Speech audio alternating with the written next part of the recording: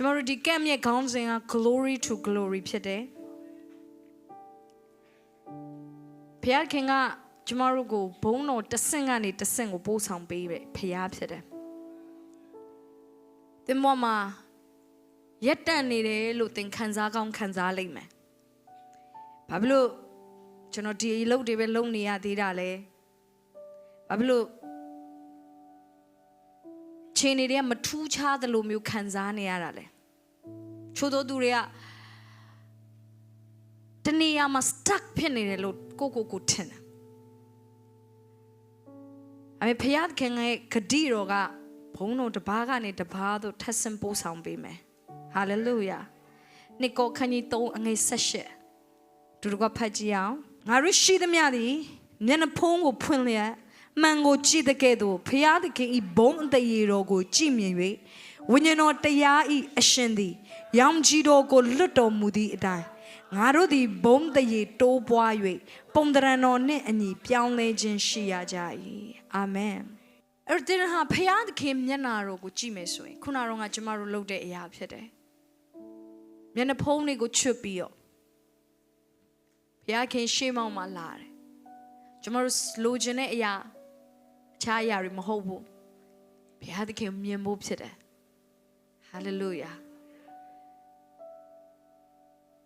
ကျွန်တော်တို့တွေ့ချင်တဲ့အခြားအရာမဟုတ်သူနဲ့တွေ့ဖို့ရန်အတွက်ဖြစ်တယ်သူ့မျက်နှာကိုဖူးမြော်တယ်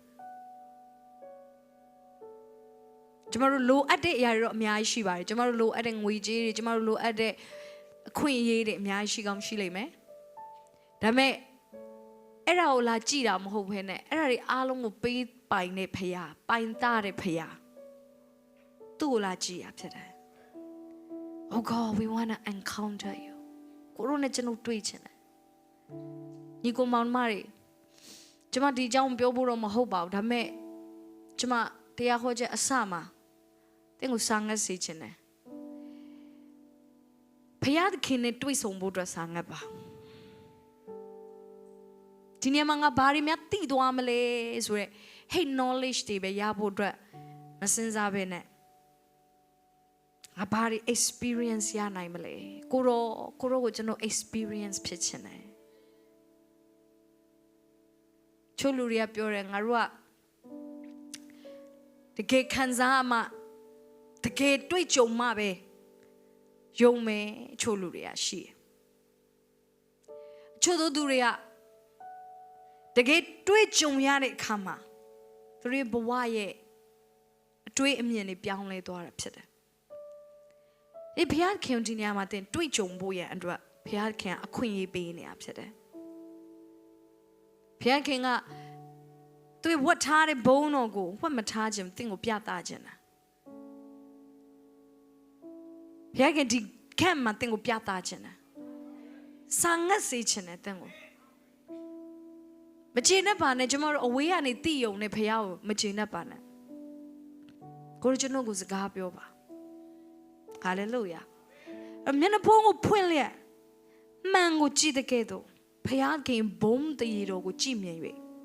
ကာကွယ်ထားတာတခုမှမရှိပဲနဲ့တစုံတစ်ယောက်ကြားထဲမှာခံနေတာမဟုတ်ဖဲနဲ့ဆရာမဆာရာလည်းမပါတော့ worship leader လည်းမပါတော့သင်ဘေးကလူလည်းမပါဘူးအသင်နဲ့ဖခင်နဲ့နှစ်ယောက်တည်းပဲဟာလေလုယာဘေးကလူအသင်ကိုဘာမှအနှောက်အယှက်မပေးနိုင်သူသင်ကိုအထင်သေးမလားဆိုလေသင်စိတ်မဝင်စားတော့သူသင်ကိုဘာပြောမလဲဘလို့မြင်မလဲဆိုလေသင်စိတ်မဝင်စားတော့ဖခင်နဲ့နှစ်ယောက်တည်းဟာလေလုယာအဲ့လိုတွေ့ကြုံနေဆိုရင်ဖခင်ကန်သင်ကိုဘုံတရေတော်တိုးပွားတယ်အင်္ဂလိပ်လိုတော့ဒီလိုပြောတယ် from glory to glory hallelujah Amen. From glory to glory. ကျွန်တော်တို့ကိုဘုန်းတော်တစ်ဆင့်ကနေပြီးတော့တစ်ဆင့်ကိုဘုရားခင်က increase ဖြစ်စေမယ် ever increasing glory.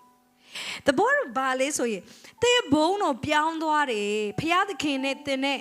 တွေ့ဆုံတဲ့ဘုန်းတော်ပြောင်းသွားတယ်ဆိုတာတဲ့ရဲ့ဘဝမှာခံရတဲ့ဘုရားရဲ့ဘုန်းတော်ပြောင်းသွားတာကိုပြောတာဖြစ်တယ်။ဘုရားဘုန်းတော်တင်ဘဝမှာပြောင်းသွားရင်တဲ့ရဲ့ season တွေလည်းမတူတော့လူချို့တွေကအဲ့ဒါကိုသတိမထားမိအချို့ကတင်ဘုန်းတော်တိုးလာတယ်လဲငါဒီတိုင်းပဲဘလို့လို့တင်ဒီတိုင်းပဲဖြစ်နိုင်မှာ ဖခင်ဘုန်းတော်သင်ပေါ်မှာတိုးလာတာနဲ့အမျှသင်ဘဝလည်းပြောင်းလဲသွားမှာဖြစ်တယ်အဲ့တော့တနည်းအားဖြင့်ဘုန်းတော်သစင်မီသစင်ဆိုတာကအချိန်နဲ့လေဆက်ဆက်မှုရှိတယ်အချိန်နဲ့ဆက်ဆက်မှုရှိရဆိုတာကဘာကိုပြောချင်လဲဆိုသင်ရဲ့ season hallelujah သင်ကိုဘုရားခင်ကဘုန်းတော်သစင်မီသစင်တိုးပွားလာတဲ့အမျှသင်ရဲ့အချိန်ကာလတွေကလေပြောင်းလဲသွားမှာဖြစ်တယ်လက်ရှိဘဝကနေပြီးတော့သင် season ပြောင်းလဲသွားတယ်အဲ့တော့ကျွန်တော်တို့ကျမ်းစာထဲမှာမောရှေရဲ့အသက်တာကိုကြည့်မယ်ဆိုရင်သူ့ရဲ့ season တွေပြောင်းလဲတဲ့ချိန်တွေရှိတယ်ပထမ season ကတော့သူအေဂုတုမှာနေတဲ့ season ဖြစ်တယ်အဲ့ဒီကနေပြီးတော့သူနောက်ထပ် season ကိုပြောင်းသွားတယ်အဲ့ဒီ season ကတော့သူတောထဲမှာပြေးရတဲ့ချိန်ဖြစ်တယ်မှတ်မိလားသူအေဂုတုလူကိုတတ်လိုက်တဲ့အတွက်ကြောင့်မို့လို့ဖာရောကသူ့ကိုလိုက်ပြီးတော့တတ်ဖို့ရန်အတွက်ရှာတဲ့ခါမှာတောထဲကိုပြေးရတယ် wow ဒီ season ကတော်တော်လေးကိုကျင်းနေကြတဲ့ရောက်တဲ့ season ဖြစ်တယ်ဒါပေမဲ့ဘုရားခင်ဘုန်းတော်သူ့ပေါ်မှာ increase ဖြစ်လာတဲ့ခါအာမင်ဘုန်းတော်တိုးပွားလာတဲ့ခါဘာဖြစ်လာလဲသူကဣသရေလလူတွေကိုကယ်တင်တဲ့ season နဲ့ကိုရောက်သွားတယ် hallelujah မောရှေရဲ့ season ကျွန်တော်တို့သိတဲ့အတိုင်းပဲသူနောက်မှာဣသရေလလူတွေကိုကယ်နှုတ်တဲ့လူဖြစ်ပြီးတော့တိုးထဲမှာဣသရေလလူတွေကိုခေါ်ဆောင်တဲ့သူဖြစ်လာတယ်အဲ့သူရဲ့ season မတူယောသရဲ့ season မတူယောသသူ့ရဲ့အဖေအိမ်မှာနေရတဲ့ season ရှိရဲ့အဲ့ဒီကနေပြီးတော့အေဂုတုမှာကျွန်ခံရတဲ့ season ရှိရဲ့အမေသူ့ရဲ့ season ပြောင်းသွားတယ်အေဂုတုရဲ့ဘယင်ခံနေရမှာမတ်တရရတဲ့ season ရှိရဲ့အာမင်ယေရှုကလက်သမားရဲ့သားအနေနဲ့အသက်ရှင်ခဲ့ရတဲ့အချိန်ရှိရဲ့အမေယေရှုဟာဖျားသားအနေနဲ့လောကကြီးမှာလူတွေကိုအနာရောဂါငြိမ်းပေးတယ်တည်တဲ့သူတွေပြန်ရှင်စေတယ်မျက်စိကန်းတဲ့သူတွေပြန်ပွင့်ပေးတယ်လူတွေကိုလွတ်မြောက်ခြင်းနဲ့ဆိုင်တဲ့တရားကိုဟောပြောတဲ့အချိန်ရှိတယ်အဲ့ဒီပြင်ယေရှုဟာအသေးခံတဲ့ season ရှိရဲ့ယေရှုဟာထမြောက်တဲ့ season ရှိရဲ့သူဘဝ ever increasing glory ထဲမှာတွားနေတာဖြစ်တယ်အဲ့ဒီမှာကျွန်တော်တို့ from glory to glory လို့ပြောတဲ့အခါမှာကျွန်တော် spiritual life ပေးတာမကောက်အဲ့ဒီ glory ကသင်ရဲ့ဘဝရဲ့ season တွေအပေါ်မှာလည်းပြောင်းလဲမှုရှိမှာဖြစ်တယ်အဲ့လိုလူချို့တွေကချို့သော season တွေကိုပြီးသွားပြီသူတို့ဒါပေမဲ့သူတို့ပြီးမှမသိဘူးဖခင်ရဲ့ဘုန်းတော်သူတို့ပေါ်မှာတိုးပွားလာတဲ့အခါမှာအရင်နှုန်းက season မှာ तू မရှိတော့ဘူးဖြစ်တယ်ကျွန်မဒီအားဟောချက်ပြောတဲ့အခါမှာလူသစ်တွေအတွက်လည်းပါတယ်လူဟောင်းတွေအတွက်လည်းပါလူဟောင်းဆိုတာကတော့ခရစ်တော်နဲ့အားလုံးကတော့အမြဲတမ်းလူသစ်ပါပဲအာမင်ဒါပေမဲ့ခရစ်ယာန်ဖြစ်တာအခုမှဖြစ်တဲ့သူတွေ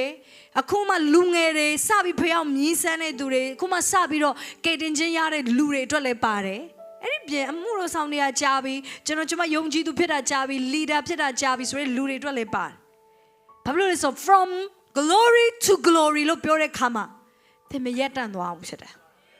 အာမင်သင်ဒီနေ့မှာစပြီးတော့ယေရှုကိုလက်ခံနေဆိုရင်လည်းသင်ဟာ glory တဲ့ကိုကူးပြောင်းပြီဖြစ်တယ်သင်မို့တော့ဆောင်းတာစေစုနဲ့တခုရှိပြီဆိုရင်လည်းဘုရားသခင်ကသင်ကို next season နဲ့ကို transition လုပ်ပေးခြင်းနဲ့အဲ့ဒါသိကြတယ်အဲ့ဘုရားသခင်ရဲ့ season ရှိရဲ့ဘုရားသခင်ရဲ့အချိန်ရှိတယ်သင်တို့အားလုံးတို့ဘုရားသခင်အချိန်ရှိတယ်အဲ့ဒါဟာဘုရားရဲ့ဘုန်းတော်နဲ့တွားတာဖြစ်တယ်ပြောအောင်ဘုရားဘုန်းတော်ဟာလေလုယာအဲ့ဘုရားကသူ့ရဲ့ဘုန်းဘုရားရဲ့ဘုန်းဆိုတာဘုရားခင်ရဲ့ကြီးမြတ်ခြင်းဘုရားခင်ရဲ့ဖြစ်ခြင်းဘုရားခင်ရဲ့တကိုးကြီးခြင်းဘုရားရဲ့မျက်မှောက်တော်အားလုံးကိုပြောတာဖြစ်တယ်အဲ့ဘုရားရဲ့ဘုန်းတော်ကဘုရားရဲ့ဖြစ်ခြင်းအားလုံးကိုပြောတာဖြစ်တယ်အာမင်အမေအဲ့ဒီဘုံအားလုံးကိုတော့ကျမတို့ဘောသွန်းလောင်းလိုက်လို့မရအောင်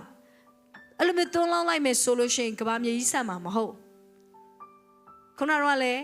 တော့ကျမတို့ပြောတယ်ဆရာမရေနူပြောတယ်အချုံဖျားဘုံအနေငယ်သွန်းလာတော့မှနေထမကပို့ပြီးတော့အင်အားကြီးရဲ့အာမင်ဒါဆိုအကုန်လုံးလောင်ကျွမ်းသွားမယ်သင်ဘေးရလူတွေကုန်အာမင်အဲ့တော့ဖျားကဘာလို့ပေးရလဲဆိုဘုံတော့တဆင့်မီတဆင့်အာမင် ဘုန်းတော် maximum glory ဖြစ်လာတဲ့အခါမှာတကယ်ကိုဘုန်းတော်ကြီးမားလာတဲ့အခါမှာခုနပြောတဲ့ prophecy အတိုင်းပဲအခန်းတစ်ခန်းထဲမှာရှိနေလူတွေကိုအနာရောဂါပျောက်သွားတယ်တယောက်ပဲပျောက်တာမဟုတ်အာမင်နမိတ်လက္ခဏာတစ်ခုနှစ်ခုဖြစ်တာမဟုတ်နမိတ်လက္ခဏာထောင်နေချီတောင်းနေချီဖြစ်လာတယ်အာမင်နိုင်ငံတွေရဲ့သတိမပြုလို့မရတော့လူတွေကတင့်ကိုစိတ်မဝင်စားလို့မရတော့ glory increase ဖြစ်လာတယ်အဖေကတနေရာမှာပဲတင့်ကို stuck မဖြစ်စေချင်ဖခင်ကအမြဲတမ်းတင့်ကို glory to glory ခေါ်ဆောင်ခြင်းတာဖြစ်တယ်ဖခင်ရဲ့ season တွေကျမတို့သဘောပေါက်ဖို့ရန်တို့လို့တယ်ဖခင်ရဲ့ကာလနဲ့ပတ်သက်ပြီးတော့တင့်ကိုနောက်တစ်ဆင့်ကိုဆွဲခေါ်ခြင်းနဲ့ဖခင်ဖြစ်တယ်ဆိုတာအရင်ဦးဆုံးတင်သဘောပေါက်ဖို့ရန်တို့လို့တယ်အချို့လူရဲ့အတွေးထဲမှာက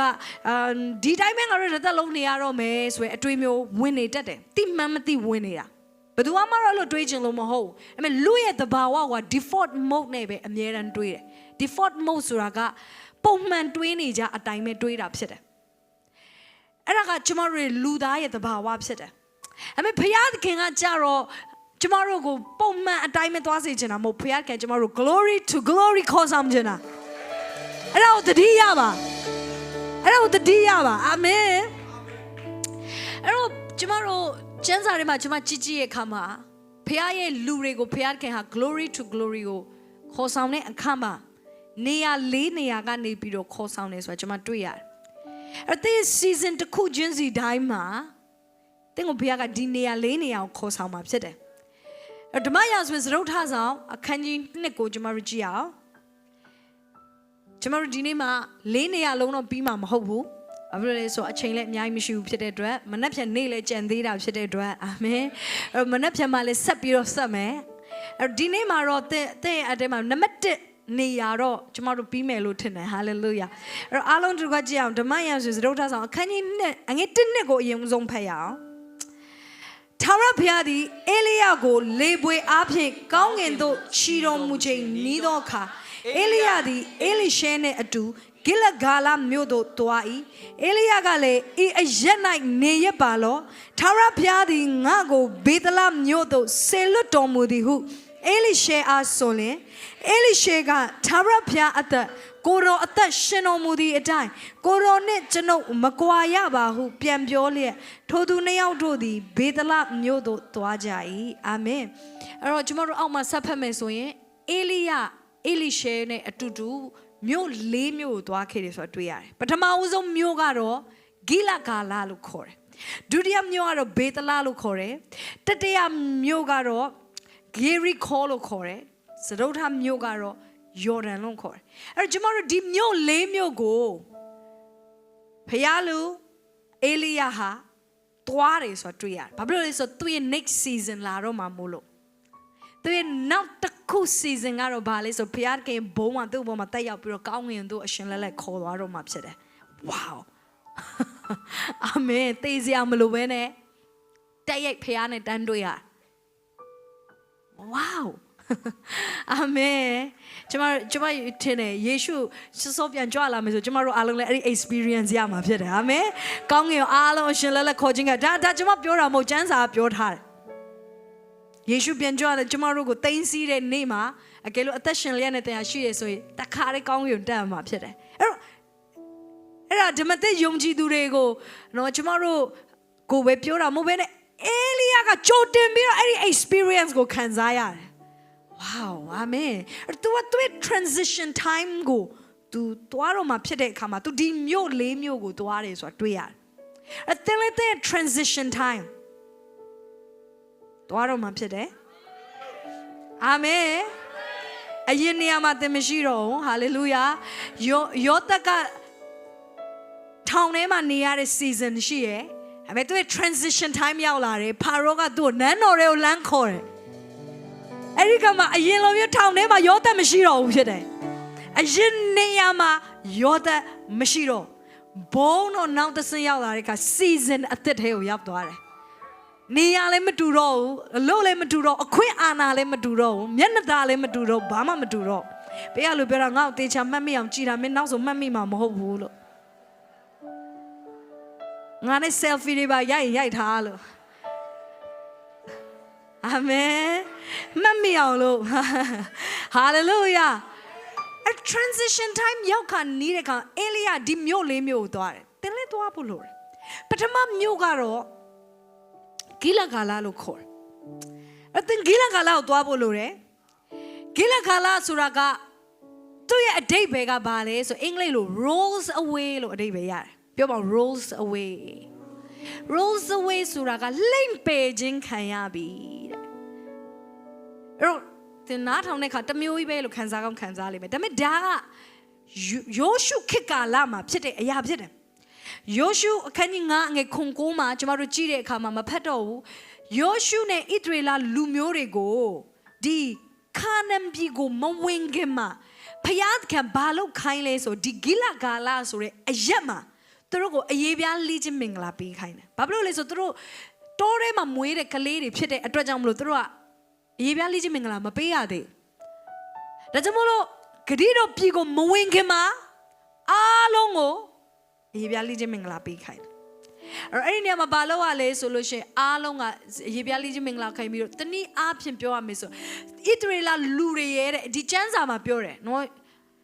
အေဂုရုပြည်နဲ့ဆိုင်သောကဲ့ရဲ့စရာအကြောင်းကိုငါပယ်ရှင်းပြီတဲ့ဘုရားခင်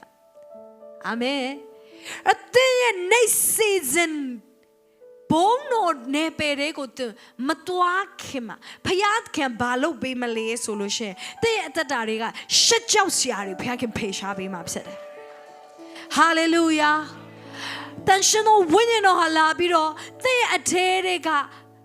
မှားယွင်းတဲ့ယုံကြည်မှုတွေidentity အဟောင်းနေဣသရေလလူတွေသူတို့ကိုသူတို့အေဂုရုပြည်မှာဂျွန်ခံခဲ့တယ်ငါတို့ကဂျွန်မဲဆိုအတွေးခေါ်တွေသူတို့ထဲမှာရှိတယ်ဒါပေမဲ့ဘုရားကပြောတယ်အဲ့ဒီအေဂုရုနဲ့ဆိုင်တဲ့ကဲ့ရဲ့စရာအကြောင်းတွေအားလုံးငါပယ်ရှင်းလိုက်ပြီအာမင်ဒီနေ့တဲ့ဟာလောကမှာရှိမဲ့တဲ့လောကသားမဟုတ်ဘူးဖြစ်တယ်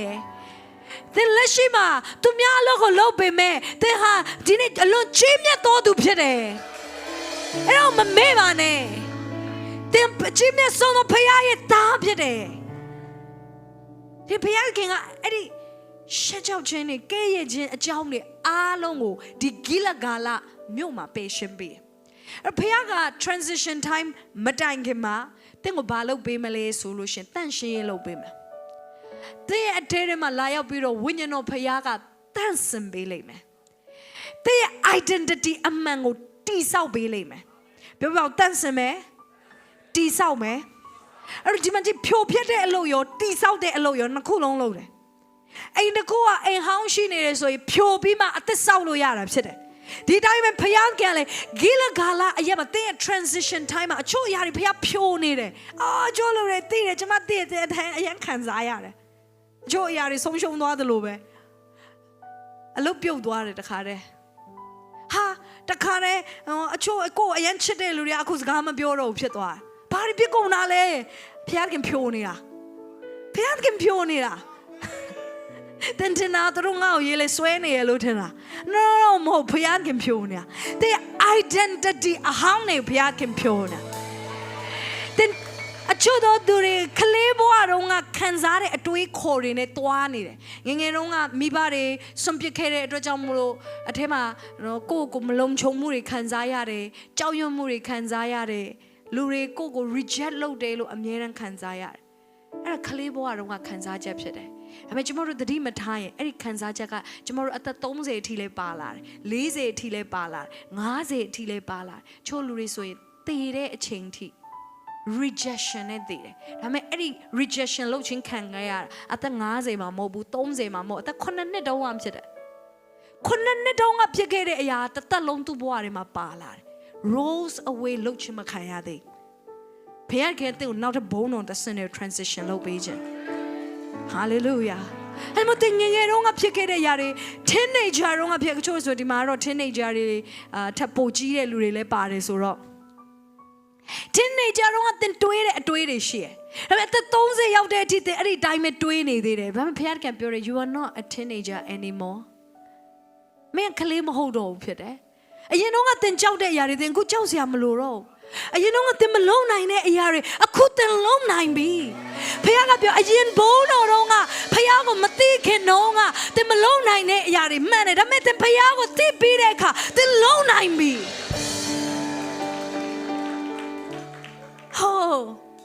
တဲ့ဘုရားရဲ့ဘုန်းတော်နဲ့ပိတ်ထားခြင်းခံရတော်သူဖြစ်တယ်ဒီဘုန်းတော်အစမှာဘုရားကဘာလုပ်မလဲဆိုအရင် season ရဲ့ကဲ့ရဲ့စရာအကြောင်းတွေရှက်ကြောက်စရာအကြောင်းတွေအားလုံးကိုဘာလုပ်မလဲဆိုရင် rolls away လုပ်မယ်လိမ့်ပင်မယ် Oh Holy Spirit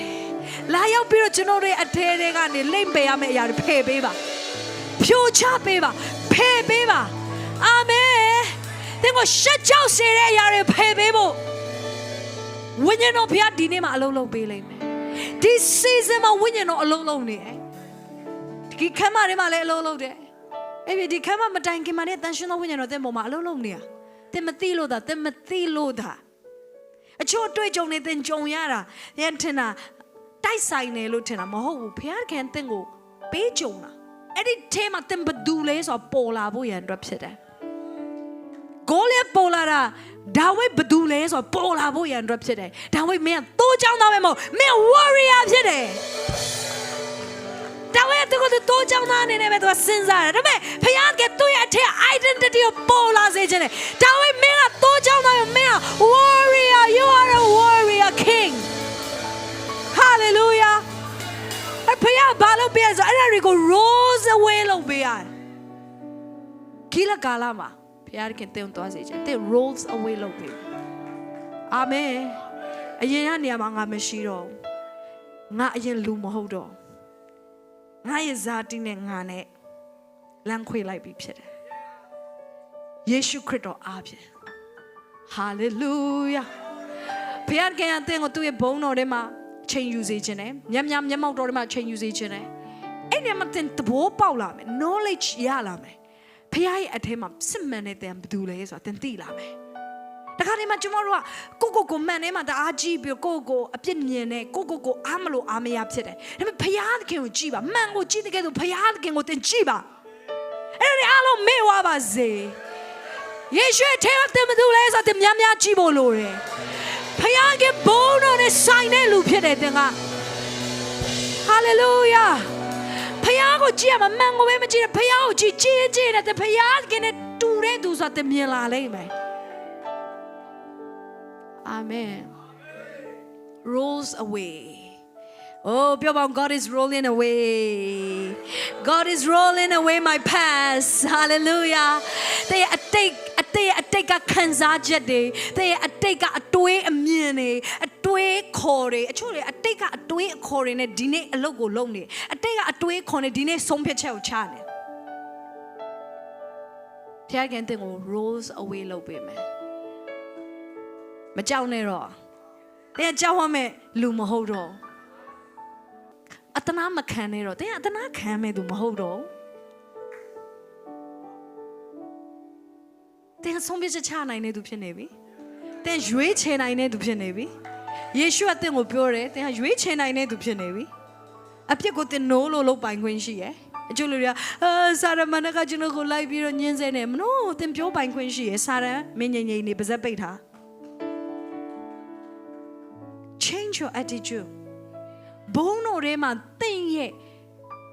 ဖြစ်ခြင်းသင်ဘယ်သူလဲဆိုတာသိရဲ့တဲ့ attitude တွေပြောင်းသွားလိမ့်မယ်ပြဿနာကိုသင်မြင်တဲ့အမြင်တွေပြောင်းသွားလိမ့်မယ် hallelujah amen အဲ့ဒီပြင်ဂိလဂါလကဘေးအရက်လဲဆိုလို့ရှိရင်ခါနန်ပြည်ကိုသူတို့ဝင်မဲ့ transition အချိန်ဖြစ်တယ်အဲ့ဒီမှာခါနန်စပါးစပြီးတော့ပြတ်တာဖြစ်တယ်ခါနန်sorry ကောင်းငယ်မာနမောက်စပြီးတော့ပြတ်ပြီးတော့ခါနန်စပါးကိုစစားရတဲ့အချိန်ဖြစ်တယ်အဲ့တော့ကောင်းငယ်ကမာနမောက်နဲ့တစ်ချိန်လုံးဘုရားသခင်ကသူတို့ကိုတောထဲမှာကြွေးခဲ့တယ်နှစ်40လုံးအော်ဘယ်လောက်တောင်းတတာဖြစ်မလဲဒါပေမဲ့မာနမောက်ကအဲ့နေရာမှာပြတ်သွားပြီးတော့ဘာဖြစ်လဲဆိုစပြီးတော့ဘုရားခင်ကသူတို့ကိုခါနန်ပြည်ကိုဝင်ရတဲ့အခွင့်ပေးတယ်ခါနန်ပြည်ကိုဝင်တဲ့အခါမှာသူတို့စားတဲ့အစာကတော့ကောင်းကင်ကနေလာတာမဟုတ်တော့အဲ့ဒါကတော့ယုံကြည်ခြင်းနဲ့ခြေလှမ်းရတာဖြစ်သွားပြီအဲ့တော့ဂိလဂါလကဘယ်အရက်လဲဆိုယုံကြည်ခြင်းထားရတဲ့အရက်ဖြစ်တယ် ဖယားခင်ကတင်းကို next level glory တွေကိုခေါ်သွားဖို့ရန်တော့ဂိလဂါလအရက်ကိုသွားခိုင်းတယ်အဲ့ဒါကဘေးအရက်လေယုံကြည်ခြင်းထားတဲ့အရက်တဲ့ယုံကြည်ခြင်းထားရမယ်ညီကိုမောင်မတို့တဲ့ခုမှပြောင်းလဲတဲ့သူပဲဖြစ်ဖြစ်အမှုတော်ဆောင်တာဘလောက်ကြာတဲ့သူပဲဖြစ်ဖြစ်ဥမကျမအမှုတော်ဆောင်တာ18နှစ်ရှိပြီကျမအခုကာလမှာကျမကိုဘုရားက next level glory တွေကိုခေါ်သွားမယ်ဆိုတော့ကျမသိတယ်။ဒါဆိုဘုရားကဘယ်နေရာမှာကျမတို့ stuck မဖြစ်စေ။အဲ့မဲ့ next level glory အတွက်ဘုရားကကျမကိုပြင်ဆင်နေတယ်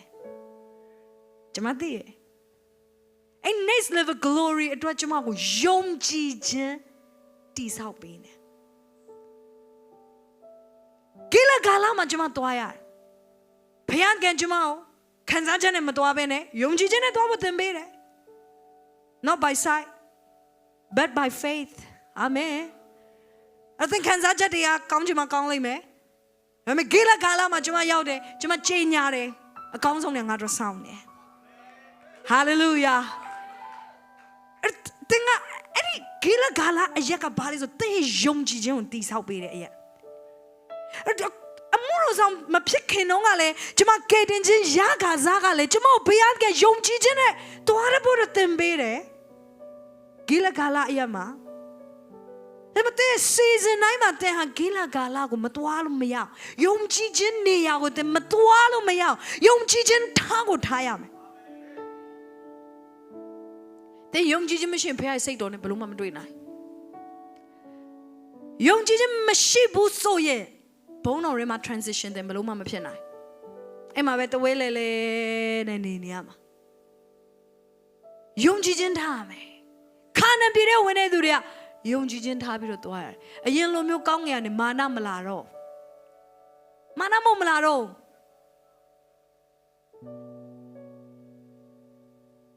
စပြီးတော့ယုံကြည်ခြင်းနဲ့အသက်ရှင်ရတယ်ဖခင်ငါတို့ကိုထောက်ပံ့မယ်ဖခင်ငါတို့ကျွေးမွေးမယ်ဖခင်ငါတို့တာဝန်ယူတယ်ဖခင်ပေါ်မှာလုံးဝ trust ဆိုတဲ့စိတ်ချမှုအပြည့်နဲ့လမ်းလျှောက်ရတော့တာဖြစ်တယ် Oh I trust in the Lord because he loved me ပြောပါ I trust in the Lord because he loved me ဖခင်ကငါယုံကြည်ပါလို့ဆိုဖခင်ငါ့ကိုချစ်လို့ဖြစ်တယ်ဖခင်ငါ့ကိုချစ်တယ်ဆိုတော့တိရတော့ငါတို့ယုံတယ်ငါမမြင်ရရင်လည်းငါယုံတယ်ငါမခံစားရရင်လည်းငါယုံတယ်အကောင်းဆုံးနဲ့ငါတို့သူပြင်ဆင်ထားတယ် Hallelujah ဖခင်ကဂိလဂါလမှာသင်ပေးတယ်ကျမတို့ယုံကြည်ခြင်းအသက်အခုသင်ဖခင်ကယုံကြည်ခြင်း level အသက်ထဲမှာခေါ်နေရဖြစ်တယ်အရင်တော့ထောက်ပံ့ခြင်းနဲ့သင်အသက်ရှင်တယ်အခုထောက်ပံ့ခြင်းဖြတ်လိုက်တယ်သင်တင်နေအဲ့ထောက်ပံ့ခြင်းဖြတ်တယ်လို့သင်လိုက်ပြီးတော့နော်တောင်းပန်ဖို့စဉ်းစားတယ်ဒါပေမဲ့ဘုရားခင်ပြော no မာနမုတ်ကုန်သွားပြီ new season ကိုသင်သွားရမှာဖြစ်တယ်အခု season ယုံကြည်ခြင်းနဲ့သွားရမယ့် season ဖြစ်တယ် hallelujah အချို့လူတွေကထောက်ပံ့ခြင်းမလာတော့မဟုတ်ထောက်ပံ့ခြင်းမလောက်တော့တာလာကကိုခလေးတွေပါရတော့မလောက်တော့ရင်တော့ကိုတယောက်စားတော့လောက်တယ်ကိုမိန်းမလည်းပါလာပြီခလေးကလည်းဈေးကြီးရဒိုင်ပါဘိုးတင်တော်တော်ဈေးကြီးရနို့မဖိုးလည်းတအားဈေးကြီးရအဲ့တော့တင်လာတဲ့ထောက်ပံ့ခြင်းကမလောက်တော့ဝင်ငွေကအချို့အမျိုးသားတွေခံစားနေရမာနမောကမလာတော့မာနမောလာရင်လည်းမလောက်တော့ယုံကြည်ခြင်းခြေလှမ်းတင်လှမ်းရတယ်အဲ့ဘာတော့လဲ next level glory တော့ဘုရားကတဲ့ယုံကြည်ခြင်းပြင်ဆင်နေဂိလဂါလအရက်မှာတဲ့ရောက်နေတာအိုးတဲ့ယူပါယုံကြည်ခြင်းနဲ့တွားရဖို့တော့တဲ့ယူပါတဲ့ယုံကြည်ခြင်း muscle ကိုတိဆောက်ပါ I live by faith ငါယုံကြည်ခြင်းနဲ့အသက်ရှင်နေသူဖြစ်တယ်တဲ့လူငယ်ဖြစ်တယ်ဆိုလေတဲ့ယုံကြည်ခြင်းနဲ့အသက်ရှင်ကျွန်မအမှုတော်ဆဆောင်တဲ့အခါဘုရားကကျွန်မကိုယုံကြည်ခြင်းခီးစဉ်တစ်ခုပြီးတစ်ခုခေါ်တယ်ကျွန်မကိုကျမ်းစာကြောင်းတက်ခိုင်းတယ်ကျမ်းစာကြောင်းတက်ဖို့အတွက်ကျွန်မမကြောင်းလာခမရှိဘူးအမေကျွန်မသွားပြီးတော့စည်ရင်သွင်းတယ်ဟာလေလုယာ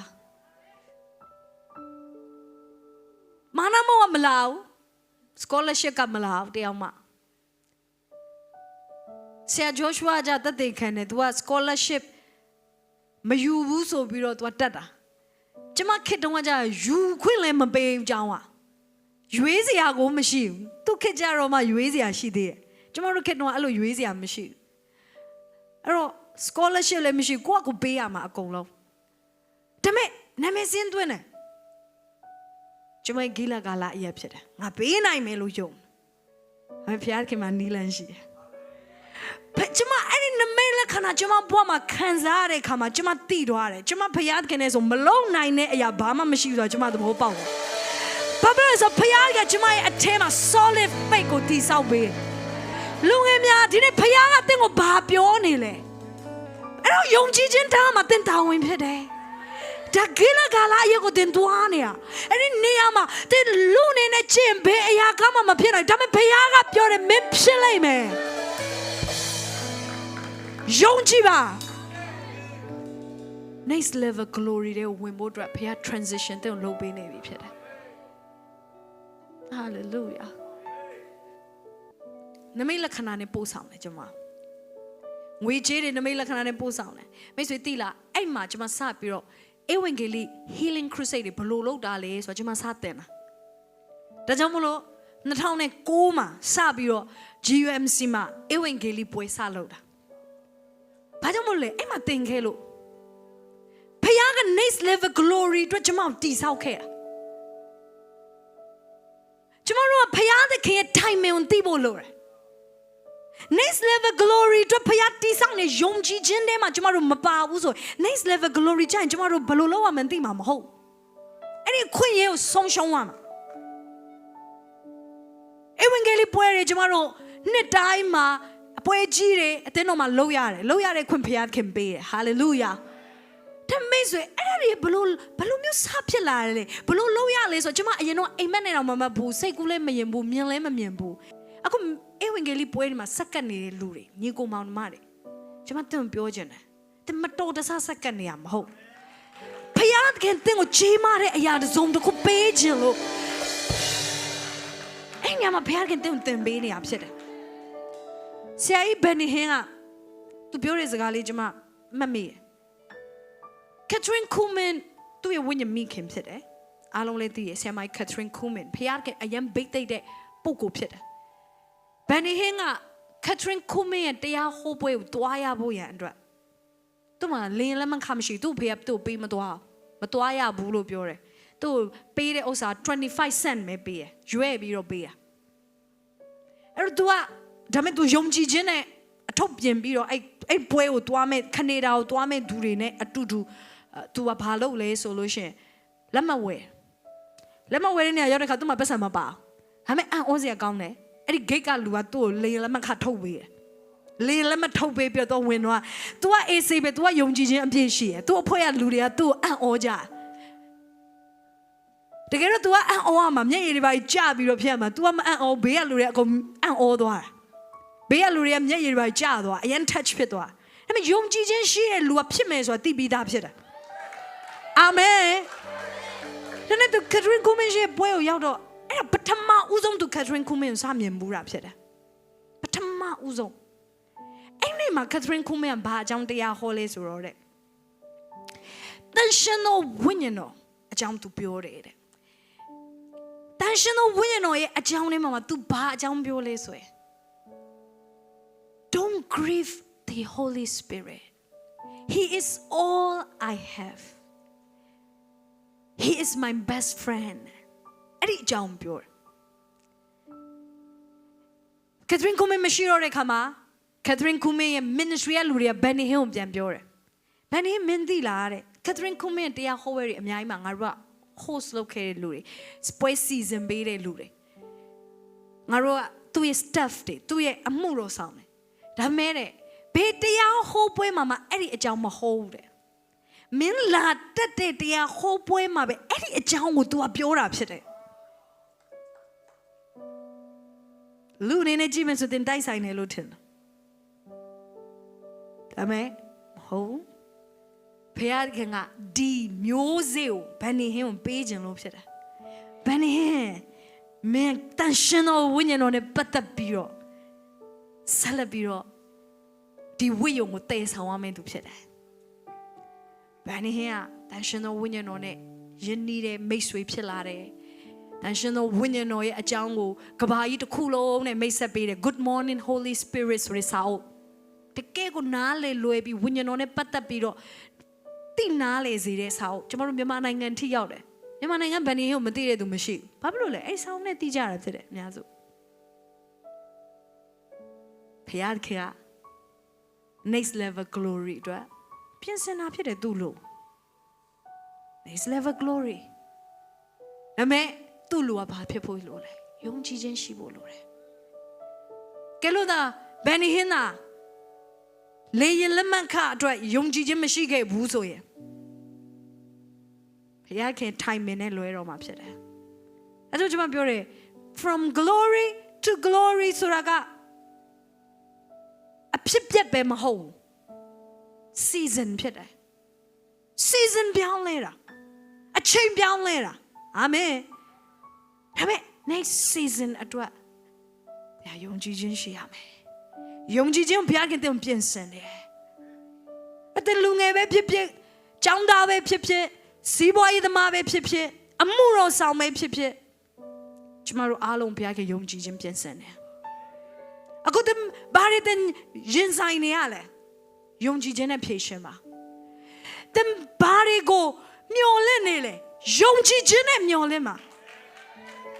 ယုံကြည်ခြင်းမပါဘဲနဲ့ငါမဖြစ်နိုင်တော့ဘူးငါမလုံးနိုင်တော့ဘူးလို့မတွေးပါနဲ့ယုံကြည်ခြင်းနဲ့မနဲ့မောလေးကချေညာပါငါဒါကိုယုံနေဘုရားကငါ့ကိုလုပ်ပေးမယ်ဟာလေလုယာငါဘုန်းတော်တဆင့်ကနေတဆင့်ကူးပြောင်းမယ်သူဖြစ်တယ်အာမင်အဲ့တော့ဣသရေလလူတွေကအရင်တော့ကမာနမုန်းနဲ့စားတယ်အခုကတော့ယုံကြည်ခြင်းနဲ့လမ်းလျှောက်ရတယ်ဘုရားကဟောတင်ကို honeymoon stage ကနေပြီးတော့ယုံကြည်ခြင်း stage ကိုခေါ်လာနေပြီဖြစ်တယ်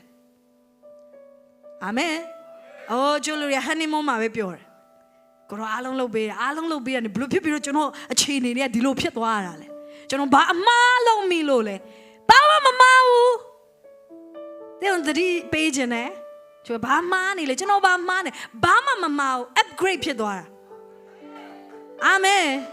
ဘယ်လိုပြောလဲမင်းဘာမှမ upgrade ဖြစ်သွားတာ hallelujah upgrade အဲ့ဒီတော့ကြောင့်မလို့ upgrade ယုံကြည်ခြင်းထားပါအာမင်ဒါလည်းကျွန်တော်ကကိုယ်အတိုက်မြုံလေးနော်ပြက်သွားလို့ရှိရင်အရန်စိုးရိမ်တယ် comfort zone လေးပြက်သွားမှအရန်ကြောက်တယ်အဲ့လိုထိန်းထားကြတာကျွန်တော်တို့ကလူငယ်တွေလည်းမိဘလက်ကလွင့်စပြီးအလုပ်တွေလုပ်ရတော့မှအရန်ကြောက်တယ်ဟာပါထိုင်းနေဆင်းရတော့မှလားငါတို့ကျောင်းကခအတွက်စိတ်ပူရတော့မှလားအရင်တော့အမေနဲ့အဖေကပေးတယ်အခုတော့ session နဲ့ပြည့်ပြီဆိုတော့တော့တခါတည်းအတိုက်အမြုံဖြတ်လိုက်ပြီးတော့မင်းချတော့မင်းမတက်ရတော့အဲ့ဒီနေ့ရောက်မှအရန်ကြောက်တယ် session နဲ့ပြည့်မွေးနေမကျင်းပခြင်းမေးလို့ရှင်16နှစ်ပဲခုနှစ်ခါပြန်အဲ့တော့ကျမတို့ကိုယ့် comfort zone လေးပြတ်တော့မှကျမတို့အရန်ကြောက်တယ်ဒါလူငယ်တွေအတွက်ရန်အတော့တွေအတွက်ကြတော့ရှိတယ်အမျိုးမျိုးပဲကျမတို့အချို့အလုပ်လေးတွေအချို့တော့တငယ်ချင်းလေးတွေအချို့တော့ကျမတို့ရဲ့အတွေးခေါ်တွေကျမတို့နှစ်သက်တဲ့အရာတွေဘုရားကအဲ့ဒီအရာတွေကိုတစ်ခါလေးမှကျမတို့ကိုဖြိုပေးတတ်တယ်ရွှေလေးရုံကိုပြန်တန်းစေဖို့ရန်အတွက်သူ့ရဲ့မိခင်ဘာလုပ်ရလဲဆိုရွှေလေးရုံရဲ့အတိုက်ကိုဖြတ်အတိုက်ကိုမွေနှောက်ရတယ်ကျန်းစာပြောတယ်အဲ့ဒါဘုရားခင်ကိုယ်တိုင်လုပ်တာဘယ်သူမှလုပ်တာမဟုတ်အဲ့ဒီလိုအကျင့်ရုပ်တယ်လို့သင်မမြင်နဲ့ဘယ်သူမှအကျင့်ရုပ်တာမဟုတ်ဘုရားခင်အတိုက်ကိုမှွေနှောက်နေတာဖြစ်တယ်ဘာအတွက်လဲသင်ကိုပြန်တန်းစေချင်လို့ you fly be a little bit my friend you fly လို့ပြောလိုက်ပါ hallelujah come on you fly သင်ပြန်တန်းဖို့အတွက် honeymoon ကနေပြီးတော့ဘုရားခင်ကယုံကြည်ခြင်းရှိတဲ့သူဖြစ်လာစေခြင်းနဲ့တဲ့ယုံကြည်ခြင်းနဲ့စပြီးတော့အခြေအနေတွေကိုအမိန့်ပေးတဲ့သူဖြစ်လာစေခြင်းနဲ့ယုံကြည်ခြင်းနဲ့စပြီးတော့ခြေညာတဲ့သူဖြစ်လာစေခြင်းနဲ့ဘုရားစကားအပေါ်မှာစိတ်ချပြီးတော့မတည့်ရတဲ့သူဖြစ်လာစေခြင်းနဲ့နောက်ပြီးတော့မာနမုတ်စွာအစားတောက်ဖြစ်တယ်သူတို့ကမောရှေကနေတဆင့်သူတို့ကိုဘုရားခင်ကြွေး မောရှေကနေတဆင့်သူတို့ကြွေဒါပေမဲ့ဖခင်ဖြတ်လိုက်တာမာနမှုပြတ်သွားတဲ့နေ့ကနေစပြီးတော့သူတို့ချက်ပြီးတော့စားရတော့တာဖြစ်တာအာမင်ခါလေးကျရင်ကျွန်တော်တို့ကဖခင်ဖွင့်ပြချက်ကိုတစုံတစ်ယောက်စီကနေလာဖို့အတွက်အမြဲတမ်းမျှော်လင့်တာခေါင်းဆောင်တွေကနေပြီးတော့ပြောဖို့ဟိုလူကနေပြောဖို့ဒီလူကနေပြောဖို့ခက်တာခေါင်းဆောင်လည်းမအားတော့သူ့စကားမပြောဖြစ်အဲ့နဲ့သူကတခုခုဖြစ်တဲ့အခါမှာကျွန်တော်စိတ်တက်တွေကြတယ်ကျွန်တော်ခေါင်းဆောင်ကျွန်တော်အချိန်မပေးလို့အပြစ်တောင်တင်လိုက်သေးတယ်ကျွန်တော် counseling မလုပ်ပေးဘူးဒီလိုရုန်းကန်နေရတော့တည့်ရတာနဲ့ကျွန်တော်ဘာမှလည်းမပြောတင်ထနာသူအဲ့ဒီခေါင်းဆောင်မပြောလို့ထင်တာမဟုတ်ဘူးဘုရားကတင့်ကိုတိုင်းသူ့ကိုရှာစေခြင်းလို့ဖြစ်တယ်ကိုတိုင်းရှာပါအချို့လူတွေကဆီယမနဲ့ one by one တွေ့ပြီးတော့စကားပြောချင်တယ်ကျွန်မပြောမယ်ကျွန်မစင်မောကပြောတဲ့အတိုင်းပဲတင်းနဲ့နှစ်ယောက်တည်းတွေ့လေဒါပဲပြောမှာအဲ့အတွက်ကြောင့်မလို့တွေ့ရမယ့်နှစ်ယောက်အရင်မဆောင်နဲ့အာမင်နေ့တိုင်းကျွန်မဒီမှာစကားပြောနေအဲ့ဒီထဲကနေကိုယ်တိုင်းနားထောင်ပါဖခင်စီကအတောင်အချို့လူကလေအဲ့လိုနားထောင်ဖို့တောင်ပြင်းတယ်တရားဟောချက်အရန်ရှည်တယ်တနာရီလုံးကြီးဆိုတော့နားမထောင်နိုင်ကျွန်တော်ကအဖြေပဲဓာတ်ရိုက်လို့ချင်တာကျွန်တော်ကအဖြေပဲ9မိနစ်အတွင်းမှာသိချင်တာ Hello don't be a lazy boy အာမင်မပြင်းပါနဲ့ဒီမှာမာနမလာတော့ဘူးကိုယ်တိုင်ရှာပြီးတော့နှုတ်ကပတ်တော်တင်ဘာဖြစ်ပဲတေချာနားထောင်တေချာစကန်လို့ဒီမှာငါ့ဘုရားခင်ဘာပြောမလဲဆရာမဆရာဒီနေ့တရားတော်ဘာပြောမလဲဒီနေ့နှုတ်ကပတ်တော်ဖတ်တဲ့ထဲငါ့ဘုရားခင်ဘာပြောမလဲခါနန်စပါစားရမယ်တဲ့ကိုယ်တိုင်ချက်ပြီးတော့စားရမယ်ဟာလေလုယာယုံကြည်ခြင်းနဲ့ချက်ရတော့မယ်ယုံကြည်ခြင်းနဲ့ကိုယ်တိုင်ရှာရတော့မယ်ဒီနေ့ငါ့ဘုရားခင်စကားပြောမယ်ယုံကြည်ခြင်းရှိပါဒီကမ်းနေရမှာငါလိုတဲ့စကားဘုရားကငါ့ပြောကိုပြောမယ်နေ့တိုင်းငါဘုရားရဲ့တောင်းကြားရမယ်ငါ့ဘယ်သူမှလာပြီးအားပေးစရာမလိုငါကိုယ်တိုင်ကဘုရားကိုရှာတတ်တယ်တဲ့အမြဲတမ်းအားပေးခြင်းလိုနေတယ်ကျွန်မဆုံးဖြတ်တယ်ကျွန်မရဲ့ဝိညာဉ်ရေးကြီးထွားမှုအတွက်ကျွန်မဘယ်တော့မှကျွန်မအပြစ်မတည်ကျွန်မမတိုးတက်တာသူ့ကြောင့်သူကကျွန်မကိုစကားမပြောတာဒီဆရာမကျွန်မကိုတာဝန်မယူတာအဲ့လိုမျိုးကျွန်မဘယ်တော့မှမပြောဆုံးဖြတ်ထားတယ်ဘာလို့ဆိုဒီကျမ်းစာကိုကျွန်မသဘောပေါက်သွားတယ်မာနမှုပဲစားနေသေးတယ်ဆိုလို့ရှိရင်သင်ကလေးပဲရှိတယ်ကောင်းငင်အသင်စကားပြောလိမ့်မယ်ဟာလေလုယာအာမင်ဘုရားခင်နဲ့ကိုယ်တိုင်ရှောက်လှမ်းပါယုံကြည်ခြင်းနဲ့ရှောက်လှမ်းမဲ့ခြင်းရောက်ပြီဖြစ်တယ်အဲ့ဘုန်းတော်တဆင့်မိတဆင့်ဘုရားခင်တင့်ခေါ်ဆောင်ခြင်းနဲ့ပထမတဆင့်ဂိလဂါလယုံကြည်ခြင်းနဲ့ရှောက်လှမ်းတဲ့နေရာ man of faith တွေ woman of faith တွေဖြစ်ပါဒီနေရာမှာဘုရားခင်ဆာမွေးစစ်တယ်ဘာစစ်လဲဆိုလို့ရှိရင်အေလိရှေရဲ့ transition ဟာအေလိရှေရဲ့ transition လေးဖြစ်တယ်ဘုရားကတင်ဝိညာဉ်ကောင်းဆောင်တွေဘုန်းတော်တဆင့်မိတဆင့်ပို့ဆောင်တဲ့အခါတင်လည်း transition လုပ်ပေးနေရဆိုမမေ့စေချင် hallelujah ဒါပေမဲ့ဒီမှာတင်ဟာ power of stickiness ဆိုတာနားလည်ဖို့လိုတယ် stickiness ဆိုတာကကတ်နေရ sticky ဖြစ်တယ်ဆိုတာကတ်တာအေလိရှေကအေလိယပြောဒီညမှာမင်းနေခဲ့ငါဘေဒလာကိုတွားမယ်လို့ပြောတဲ့ခါမှာ तू ကပြောတယ်ကိုရောအဲ့လိုမျိုးကျွန်တော်ထားခဲ့လို့မရဘုရားခင်သက်ရှင်တဲ့အတိုင်းကိုရောအသက်ရှင်တဲ့အတိုင်းကိုရောနဲ့ကျွန်တော်မကွာရအောင် I will stick with you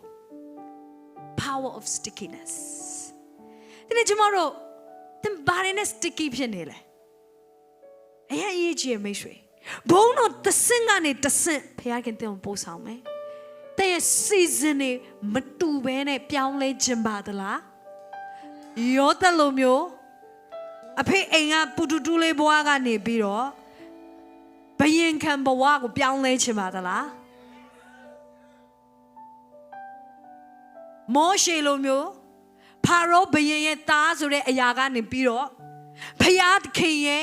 ကြီးမားတဲ့ prophet ကြီးသူ့လိုမျိုးနောက်တစ်ယောက်မပေါ်မထွန်းဆိုတဲ့လူမျိုး Hallelujah ပြောင်းလဲခြင်းပါသလားဒါဆိုရင်တင်ဘာနဲ့ sticky ဖြစ်ရမလဲတင်သိဖို့လိုတယ်ကျွန်မကြည့်ရခါမှာအေလိရှေဟာ तू ဘယ်သူနဲ့ stick လုပ်ရမလဲဆိုတော့ तू သိရဲ့ဖယားသခင်နဲ့နံပါတ်1 stick ဖြစ်ဖို့လိုတယ်နံပါတ်2ဖယားလူနဲ့ချိတ်ဆက်ထားဖို့ရအတွက်လိုတယ်ဒါမှမဟုတ် transition မှာအရင်အရေးကြီးရဲ့ transition တိုင်းမှာစာတန်ကတင့်ကိုဘာလုပ်လို့ရှိလဲဆိုရင်ဝိညာဉ်ခေါင်းဆောင်နေနဲ့ကွဲကွာအောင်လုပ်လို့ရှိရဲ့သင်ကိုတန်တရားတွေထည့်ပေးတယ်သင်ကိုသွေးခွဲတဲ့စကားတွေထည့်ပေးတယ်သူတရားဟောချက်နားထောင်ပြီးသင်ခွန်အားမရတော့သူတရားဟောချက်ကိုနားထောင်ပြီးတော့သင်အိမ်ငိုက်လာတယ်ခန္ဓာကိုယ်ပင်မလို့အိမ်ငိုက်တာတော့ထားလိုက်တော့အချို့လူတွေဆိုငိုက်နေကျွန်မတွေ့ရဘာလို့ဆိုတနေ့ကုန်စော့ထားတယ်ဆိုတော့နားလေတွေခွန့်လွတ်တယ်အဲ့လိုမျိုးပြောတာမဟုတ်အချို့ကဝိညာဉ်ရေးအမှာကိုက boring ဖြစ်သွားတာဝိညာဉ်ရေးအရာတွေသူစိတ်မဝင်စားတော့ဘာဖြစ်လို့လဲဆိုတော့စာရန်ကနောက် level တင်မသွားစေချင်ဘူးဖြစ်တယ် next level မသွားဖို့တော့ तू ကရတဲ့နည်းနဲ့စ조사မှာအဲ့ဒီတဲမှာနေ့တစ်ခုကတော့တင် mentor လုပ်ပေးမဲ့သူမရှိအောင်လုပ်တာဖြစ်တယ်တင်ကိုဝိညာဉ်ခေါင်းဆောင်မရှိအောင်လုပ်တဲ့နည်းဖြစ်တယ်လူငယ်ချို့တွေကငါဘာမှဝိညာဉ်ခေါင်းဆောင်မလိုပါဘူးလို့ပြောတာမိတ်ဆွေမဟုတ်ဘူးအဲ့ဒါဘုရားစီကလာတဲ့အကြံစီမဟုတ်ပေါလုကပြောပြီးသားဆရာအတတောင်းရှိပေမဲ့အဘတယောက်ပဲရှိတယ်။သင်မှာ mentor ရှိကိုရှိရမယ်။သင်မှာ spiritual father ရှိကိုရှိရမယ်။ဝိညာဉ်ခေါင်းဆောင်ရှိကိုရှိရမယ်။မရှိလို့မရဘူး။တပည့်ရဲ့နေလမ်းဖြစ်တယ်။ဒါပေမဲ့သင်ကြည့်ပါသင် season ပြောင်းကနေတိုင်းမှာအဲ့ဒီအတွေးတွေသင်ထဲကိုလာတယ်။ season ပြောင်းတော့မှဒီမှာ new mentor သူစီလာတော့မှာ next prophet ကသူဖြစ်လာတော့မှာရှင်ဘရင်ကိုဗိတ်တဲ့ prophet သူဖြစ်လာတော့မှအေလိရှေဖြစ်တော့ဒါပေမဲ့ဘာလာလဲနေခဲ့ဒီနေရာမှာနေခဲ့ဆက်မလိုက်နဲ့တော့ဝိညာဉ်ကောင်းဆောင်နဲ့တဖြည်းဖြည်းဝေးလာတယ်အချို့လူတွေကအဲ့ဒါမသိဘူးဒါပေမဲ့သူတို့မသိတဲ့အရာက transition နဲ့ပိုဝေးလာတာဖြစ်တယ် transition နဲ့တော့မဝေးစေချင်ဘူး hallelujah ဒါကြောင့် power of stickiness ကိုနားလဲပါကျွန်တော်တို့ဘယ်သူနဲ့တူသွားရမလဲဆိုတော့သိဖို့လိုတယ်အဲ့ဒီတွေးဆောင်မှုတွေလာပြီဆိုတင်သတိထားလိုက်ပါအခုတင်ရတော့သဘောပေါက်သွားပြီကျေးဇူးတော်ပဲ Gen Z ကပ်မလာတဲ့လူတွေကကပ်မလာတဲ့လူတွေတော့ကျွန်မနှစ်မျောတယ်အဲ့ဒီနှုတ်ကပတ်တော့သူတို့သေချာပြန်နားထောင်ခိုင်းပါ YouTube မှာတင်တဲ့အချိန်ကျရင် share လုပ်ပါဘာဖြစ်လို့လဲသူတို့ဒီလိုဝက်ချက်တွေမသိရဲ့လမ်းလေသွားနိုင်တယ်အချို့လူငယ်တွေမသိတဲ့အတွက်ကြောင့်မလို့ဘဝမှာအချို့သောကောင်းချီးမင်္ဂလာတွေဆုံးရှုံးရတာဖြစ်တယ်တင်သတိထားကြည့်ပါသင်စီအဲ့ဒီတန်တရားတွေသင်ကိုခေါင်းဆောင်နေနဲ့သွေးခွဲတဲ့အရာတွေမယုံကြည်မှုတွေတယောက်နဲ့တယောက်နားလည်မှုလွဲခြင်းတွေလာတယ်ဆိုရင်သင်သိပါငါရဲ့ transition နဲ့ငါတအားနီးနေပြီငါကိုဖျားသခင်နောက်တစ်ဆင့်ဘုံတော်တွေကိုပို့မဲ့အချိန်အရင်နီးနေပါလားဒါကြောင့်မလို့ရန်သူကအကြီးကျယ်အလုံးလုံးနေတယ်ဒါကြောင့်မလို့ငါရဲ့အတွေးခေါ်တွေကလည်းပဲနောက်တစ်ဆင့်ကိုမမှီနိုင်ဘူးဖြစ်နေအဲ့တော့ကိုရန်နေ10ရန်သွားမယ်ဆိုရင်10ရန်စကသင်ကတခုမှနားမလဲဘူးဖြစ်တယ်ဘာဖြစ်လို့လဲဆိုအားလုံးတင်တော့အသစ်ဖြစ်တယ်သင်နားမလဲဒါပေမဲ့အဲ့ဒါကအဲ့လိုပြောလို့တစုံတစ်ခုမှားနေတာမဟုတ် hallelujah သင်ဟာ transition ထဲမှာရှိနေပြီသင်ကိုနောက်တစ်ဆင့်ဘုရားခင်ပို့ဆောင်ပေးတော့မယ်အဲ့တော့အရင်ရေးကြည့်ရဲ့အေလိရှေရဲ့ကောင်းတဲ့အချက်ကဘာလဲဆိုသူဝိညာဉ်ခေါင်းဆောင်နဲ့အတူတူနေနိုင်ခြင်းဖြစ်တယ်ဒါပေမဲ့ကျွန်မပြောမယ်အဲ့ဒါမလွယ်ပါဘူးတကယ်ပြောတာအထူးသဖြင့်အေလိယတို့လိုခေါင်းဆောင်မျိုးနောက်တင်လိုက်ရင်ပိုဆိုးတယ်အေလိယမလွယ်ဘူးဖြစ်တယ်နိုင်ငံရဲ့ဘုရင်တွေနဲ့ရန်သူဖြစ်တယ်ဟယ်လိုသူရဲ့ရန်သူကလူမိုက်တွေပဲမဟုတ်ဘူးနိုင်ငံရဲ့ဘုရင်မဖြစ်တဲ့ယေဇဗေလကအေလိယကိုတစ်ချိန်လုံးလိုက်သက်ချင်တာလိုက်သက်နေတာအဲ့လိုလူမျိုးနဲ့တင်ရန်ဖြစ်ရင်တင်တနိုင်ငံလုံးနဲ့တင်တယောက်ထဲနဲ့ဖြစ်တယ်အဲ့လိုလူရဲ့တပည့်ဖြစ်တယ်ဆိုရင်မလွယ်ဘူးတနိုင်ငံလုံးနဲ့သူလည်းပဲရင်ဆိုင်ရတာဖြစ်တယ်မောရှေတပည့်ယောရှုမလွယ်ဘူးမောရှေကြည့်ပါတစ်ချိန်လုံးဖျားနဲ့အချိန်သွားယူတာဟာလေလုယာတခါအချိန်ယူရင်ဘယ်လောက်လဲရက်40ဟာလေလုယာဘယ်နှယောက်ပြောလဲမောရှေတောင်ပေါ်တက်တော့ယောရှုလည်းတောင်ပေါ်တက်ရတယ်တဲ့ stickiness ဆိုတာအဲ့ဒါဖြစ်တယ်အာမင် အချို့လူတွေကဆရာနဲ့စားတဲ့အချိန်ဆိုပါတယ်အစာရှောင်ရင်တော့မပါတော့ခရီးသွားမယ်ဆိုပါတယ်လာပါငါတို့ညလုံးပေါက်ဆူတောင်းအောင်ဆိုမပါတော့အဲ့လိုမျိုးတော့မလုံးနဲ့ပေါ့ stickiness ဆိုတာအမြဲပါဖို့ဖြစ်တယ်ပြောပါဦး stickiness အမြဲပါရမယ်ယောရှုကပါသွားတယ်အားလုံးလည်းသိရနော်မောရှေကမောရီတောင်မှာတွားပြီးတော့ဒီကြောက်ပြားကြီးနှစ်ပြားနော်ဒီ ကြောက်ပြားပြည့်ညတ်တော်10ပါးကြောက်ပြားကိုတွားယူတဲ့အခါမှာရက်40အစားရှောင်တဲ့တောင်ပေါ်မှာမောရှေဘယ်ထိပါသွားတယ်လေတောင်ရဲ့တဝက်ထိပါသွားတယ်တဲ့ယောရှုကမောရှေတောင်ထိပ်သွားတယ်ယောရှုကတောင်တဝက်ထိပါသွားမိတ်ဆွေမြင်အောင်ကြည့်ပါတောင်တဝက်မှာဘာရှိမလဲဘာမှမရှိဘူးအခုခေတ်မှာတော့အီဂျစ်ကျမတို့သွားတဲ့အချိန်မှာအဲ့ဒီအီဂျစ်ရဲ့တောင်တဝက်မှာဈေးဆိုင်လေးဖွင့်ထားအမတ်တရပါလေးဆိုယောရှုဆုတောင်းခဲ့တဲ့နေရာတဲ့သူကဒါပေမဲ့သူကအခုရဈေးဆိုင်ရှိရယောရှုခေတ်မှာတော့အဲ့ဈေးဆိုင်မရှိဘူးခေစိတ်ကူးမရင်နဲ့အဲ့တော့မောရှေကတောင်ထိပ်မှာဖယားနဲ့တွေ့ပြီးရက်40အစားရှောင်းတယ်အဲ့ဒါထားလိုက်တော့ तू ကဖယားနဲ့တွေ့နေတော့စားဖို့မေ့သွားတယ်လေယောရှုကကြတော့ဖယားနဲ့လည်းမတွေ့ရဘူး तू ကဟယ်လိုမောရှေကတောင်ပေါ်မှာဖယားနဲ့တွေ့လို့အစားရှောင်းနေဆိုတာကဖြစ်နိုင်တယ်ကိုကဖယားနဲ့လည်းမတွေ့ဘဲနဲ့ရက်40ရှောင်းမို့ကတော့မဖြစ်နိုင်ဘူးယောရှုရဲ့ပြဿနာကိုလည်းနည်းနည်းပါခံစားကြည့်ပါဦးမလွယ်ဘူးတော့မလွယ်ဘူးအဲ့နဲ့တစ်ခါတက်သွားပြီးနောက်တစ်ခါပြန်ပြီးတော့အောက်လဲရောက်ကိုကြောက်ပြားယူခွဲပလိုက်တယ်မောရှေကတောင်ပေါ်မှာတော့ဖယားခင်စိတ်လျှော့ပါတဲ့ပြောတယ်တောင်အောက်လဲရောက်စိတ်မလျှော့နိုင်တာသူပဲဖယားကိုကြောက်နားချပြီးသူ့ကိုကြောက်ဘယ်သူမှနားချလို့မရတော့ဘူးတခါတည်းပြီးမှနော်ဖယားဘက်မှာမတည့်ရမဲ့သူဘယ်သူရှိလဲဆိုလေဝိသားတွေထွက်လာတယ်လေဝိသားတွေမင်းတို့ညီကိုတွေတက်ဆိုတခါတည်းအမှလောက်ခိုင်းတော့တာတရက်ထဲနဲ့လူ3000သေးတယ်မောရှေရဲ့ဒေါသနဲ့ဟာမလွယ်ဘူးတော့ဒီလိုခေါင်းဆောင်မျိုးနောက်မှာလိုက်ရတဲ့တခါလေးပြောတယ်ကျွန်တော်ခေါင်းဆောင်အရန်ကြမ်းတယ်မောရှေကိုမမိသေးဘူးကျွန်တော်ပြောလို့ကျမတို့ကြမ်းနေတာတော့မဟုတ်ပါဘူးဒါပေမဲ့ပြောချင်တာကမလွယ်ဘူးဆိုတာပြောအဲ့လိုခေါင်းဆောင်တင်သားဆိုအထင်လွဲလို့လိုက်တော့မှာမဟုတ်no he is violent အရန်ကြမ်းတယ်ဒီလူဟာအဲ့ဒီပြင်မောရှေနောက်လိုက်တာမလွယ်ပါဘူးနောက်တစ်ခါပြန်တက်ပြန်အောင်တောင်းပါစဉ်းစားကြည့်ပထမလေးရက်40အခုလည်းနောက်တစ်ခါလာပြန်ပြီရက်40ကိုတော့တလားထဲမှာနှစ်ခါပြန်တောင်တက်တယ်ဆိုကိစ္စမလွယ်တလားထဲမှာကျွန်တော်ဂျဟိုးနှစ်ခါခေါ်နေတယ်တလားထဲမှာကျွန်တော်ခဏပဲနော်အင်ဝင်ဂေလိသွားခိုင်းနေတယ်မောရှေလိုခေါင်းဆောင်မျိုးနဲ့ဆိုတဲ့တကယ်မလွယ်ဘူးဖြစ်တယ်ဒါပေမဲ့ stickiness ကသူ့အဆုံးထိတိုင်အောင်လိုက်ခြင်းကကျွန်မပြောမယ်နော်ယောရှုမှာလည်းမိန်းမနဲ့ကလေးရှိရနော်တင်ထင်တာဟာယောရှုအဲ့လိုလိုက်နိုင်တာလူပြိုမို့လို့တင်ထင်ကောင်းထင်လိမ့်မယ်အမေမဟုတ်ဘူးမောရှေတေရိုက်ခါမှာပြောရမလားငါနဲ့ငါရဲ့အိမ်သူအိမ်သားမှုကဖယားသခင်ရဲ့အစီအဝဲခံရမယ် Me and my household shall serve the Lord အဲ့ဒါဘာသူပြောရလဲယောရှုတဘောရပါသူ့မှာလည်းမိန်းမနဲ့ကလေးရှိရဲ့ Come on တောင်ပေါ်မှာရက်40ပျောက်သွားတယ်သူမိန်းမနဲ့ကလေးဘလို့ကြံခဲ့မလဲတင်မြင်အောင်ကြည့်ပါမလွယ်ဒါပေမဲ့ stickiness ခေါင်းဆောင်တော့ကိုအဆုံးထိတိုင်အောင်လိုက်ခြင်းအဲ့ဒါကဘာဖြစ်လာဆိုသူ့ရဲ့ transition ထဲသူဝင်နိုင်စရာအကြောင်းဖြစ်လာသူ transition ဖြစ်နေတဲ့သူတွေနဲ့ stick လုပ်ပါသင်လဲ transition ဖြစ်လာမယ်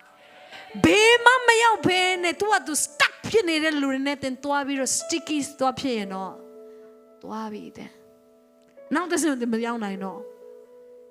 ကျွန်မဆူတောင်းပေးတယ် transition ထဲမှာပါနိုင်တဲ့သူတွေဖြစ်ပါစေ power of stickiness ကိုနားလည်ပါစေယောရှုဟာမောရှေ transit ဖြစ်တာနဲ့ဖယားခင်မောရှေကိုခေါ်တာနဲ့သူလည်းပဲ transit ဖြစ်တော့တာဖြစ်တယ်နောက်ထပ်ဘုံတော်တစ်စင်နဲ့သူရောက်လာတယ်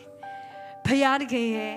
လူဖြစ်တနိုင်ငံလုံးမှာဖယားကကြေညာတယ်ဒီလူဟာငါရွေးကောက်တဲ့သူဖြစ်တယ်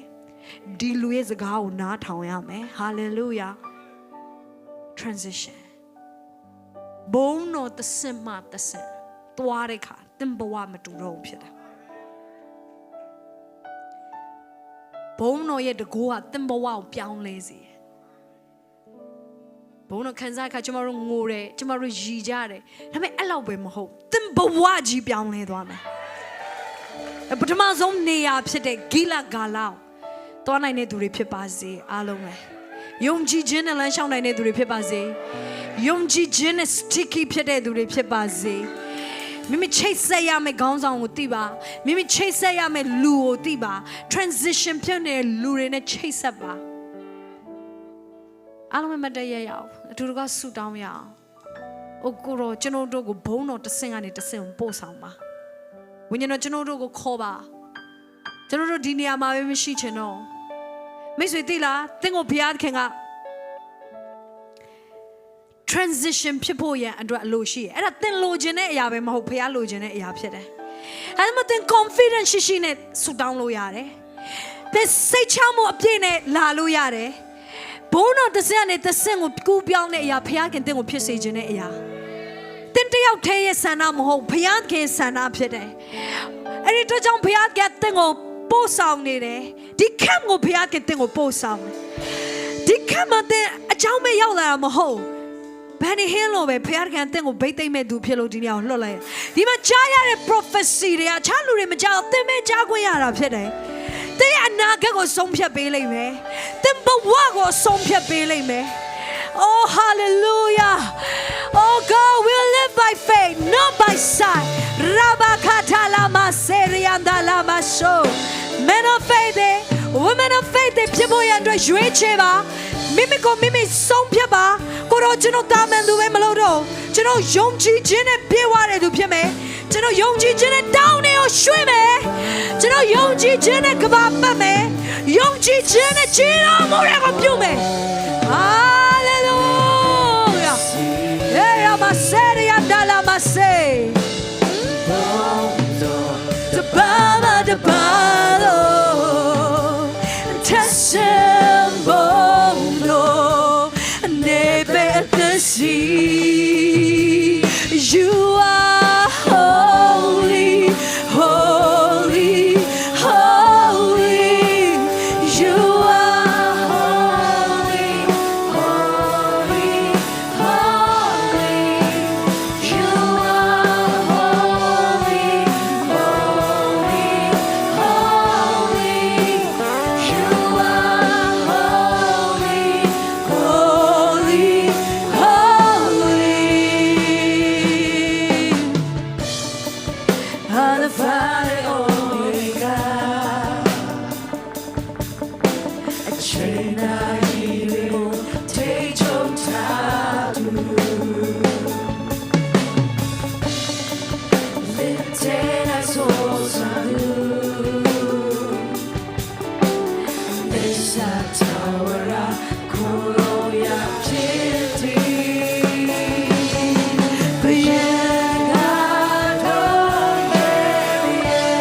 Oh, be it God, be it God, let me out, let go, go, yeah.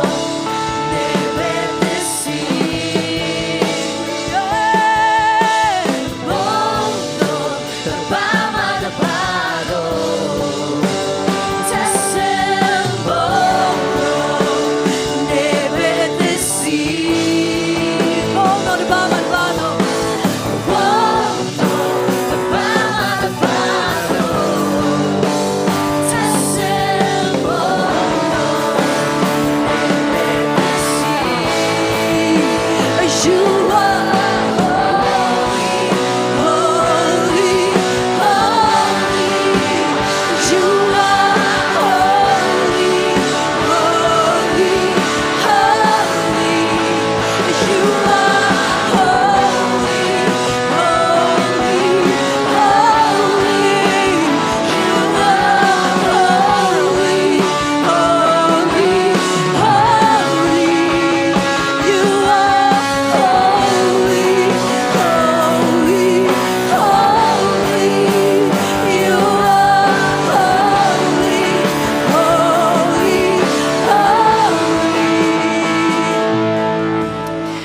ခင်ကိုကျေးဇူးတော်ချီးမွမ်းပါသင်မောမှာဘာတွေပဲကြုံနေရပါစေဘုရားသခင်ဟာသင်ကို upgrade လုပ်ပေးဖို့ရန်အတွက်သူ့ကိုအရာအားလုံးထက်ကိုးစားဖို့သူနဲ့အတူတူလမ်းလျှောက်တတ်ဖို့အတွက်ဒီကာလမှာသင်ကိုသင်ပေးနေရဖြစ်တယ် Thank you Lord Thank you for loving me I trust in the Lord because you love me ကိုရဒီကျွန်တော်ပေါ်မှာချစ်တော်ကြောင့်ကိုရကိုကျွန်တော်ယုံကြည်ကိုးစားပါတယ် I trust in the Lord I trust in the Lord ကျွန်တော်ကိုချိန်ဒီတိုင်းမှာအောင်ပွဲခံစေတော်ဖေဟာအာမင်ကိုရနာမကိုကျွန်တော်ချီးမွမ်းပါတယ်အာမင်အိုဒီကာလာဟာကျွန်တော်ရဲ့ယုံကြည်ခြင်းကိုတိဆောက်ပေးနေပါတယ်ကိုရလူတွေယုံကြည်ခြင်းကိုရောလောကအရာတွေပေါ်မှာထားတာမဟုတ်ဘူးအခြေအနေတွေပေါ်မှာထားတာမဟုတ်ဖ ೇನೆ ကိုရောအပေါ်မှာထားတတ်ဖို့ရန်အတွက်ကျွန်တော်ဆုတောင်းပါတယ်ဟေးကိုရောသူတို့ယုံကြည်တဲ့ညီတို့နိုင်ဖြစ်စေကိုရောပြောခဲ့ပါတယ်ဒီကိလကာလာကာလာမှာသူတို့ဒီယုံကြည်ခြင်းကိုနှုတ်ကပတ်တော်အားဖြင့်တန်ရှင်တော်ဝိညာဉ်တော်အားဖြင့်တည်ဆောက်နိုင်တော်သူတွေဖြစ်စေပါဒီနေ့နှုတ်ကပတ်တော်အားဖြင့်သူတို့စကားပြောလို့ယေရှုတင်တယ်သူတို့ transition ကိုသူတို့ဒီရောက်နိုင်တော်သူတွေဖြစ်ဖို့ကျွန်တော်ကောင်းချီးပေးတယ်အိုးဖျားခင်ပြောတယ်သင်ယုံကြည်မယ်ဆိုရင်သင် transition မကြတော့ဘူးဖြစ်တယ် Hey yeah yeah yeah yeah yeah Hey yeah yeah yeahငွေချင်းနဲ့ပတ်သက်တဲ့ယုံကြည်ခြင်းနဲ့လူတွေနဲ့ပတ်သက်တဲ့ယုံကြည်ခြင်းနဲ့ယုံကြည်ခြင်းကိုမစွန့်နဲ့အဆုံးထိတိုင်အောင်တိုက်ပွဲဝင်ပါအာမင်ဖခင်ကသင်တို့ကိုလူငယ်တွေပဲဖြစ်ဖြစ်လူကြီးတွေပဲဖြစ်ဖြစ်အံ့ဩပဲနမိတ်လက္ခဏာတွေပြလိမ့်မယ်ကျမတို့ဖခင်ပြတဲ့နမိတ်လက္ခဏာလိုမျိုးအဲ့ဒါပိုကြီးတဲ့နမိတ်လက္ခဏာတွေတယောက်ချင်းစီတိုင်းဘဝအတွက်မတူညီတဲ့အတွက်ကြောင့်ဖခင်ပေးမဲ့နမိတ်လက္ခဏာတွေတူမှာမဟုတ်ဘူးဖြစ်တယ်သင်တို့ဒီကြီးမားသောနမိတ်လက္ခဏာတွေခံစားလာရလိမ့်မယ် miracles ကိုမျှော်လင့်ပါအိုးကိုတော့ကျွန်တော်ဆူတောင်းတယ် miracles တွေစပြီးမြင်ရစေပါငွေချင်းမှာ miracles တွေစပြီးမြင်ရစေပါ hey hallelujah ကိုတို့ဘဝထဲမှာမဖြစ်နိုင်တဲ့ຢာတွေစပြီးတော့ဖြစ်လာစေပါလူမျက်စိနဲ့မမြင်နားဖြင့်မကြားစိတ်နှလုံးနဲ့မကြံစီဘူးသေးတဲ့အရာတွေဘဝမှာဖြစ်လာစေပါကိုတို့ကျွန်တော်ကိုပြတဲ့နမိတ်လက္ခဏာကိုကြည်ခြင်းအဖြစ်ကျွန်တော်ဒီနေ့ထိတိုင်အောင်ကိုတို့အပေါ်မှာကျွန်တော်စိတ်ချပါတယ်ကိုတို့ဟာမဖြစ်နိုင်တဲ့အရာတွေဖြစ်စေတယ်ဖေအားဖြစ်တယ်ဒီနေ့ကျွန်တော်ဆာရာကိုတတ်သိပြတယ်လို့ကိုတို့သူတို့ကိုလည်းတတ်သိပြပါသူတို့တတ်သိများစွာလေသူတို့ဝင်းရံနေကြောင်းကိုအမြဲတရိယာတက်စေပါသူတို့ပေးကိုတို့ပြုတ်ပေးခဲ့တဲ့နမိတ်လက္ခဏာတွေပြန်တရိယာစေပါကျွန်တော်ဆူတောင်းနေကိုတို့သူတို့ transition ထဲမှာပါလာပါစေကိုတို့သူတို့ transition ဘုံတော်တစ်ပါးကနေတစ်ပါးကိုကိုပြောင်းတော်သူတွေဖြစ်ပါစေ hallelujah ယေရှုနာမနဲ့ကောင်းချီးပေးလေဆူတောင်းပါတယ်ဖာ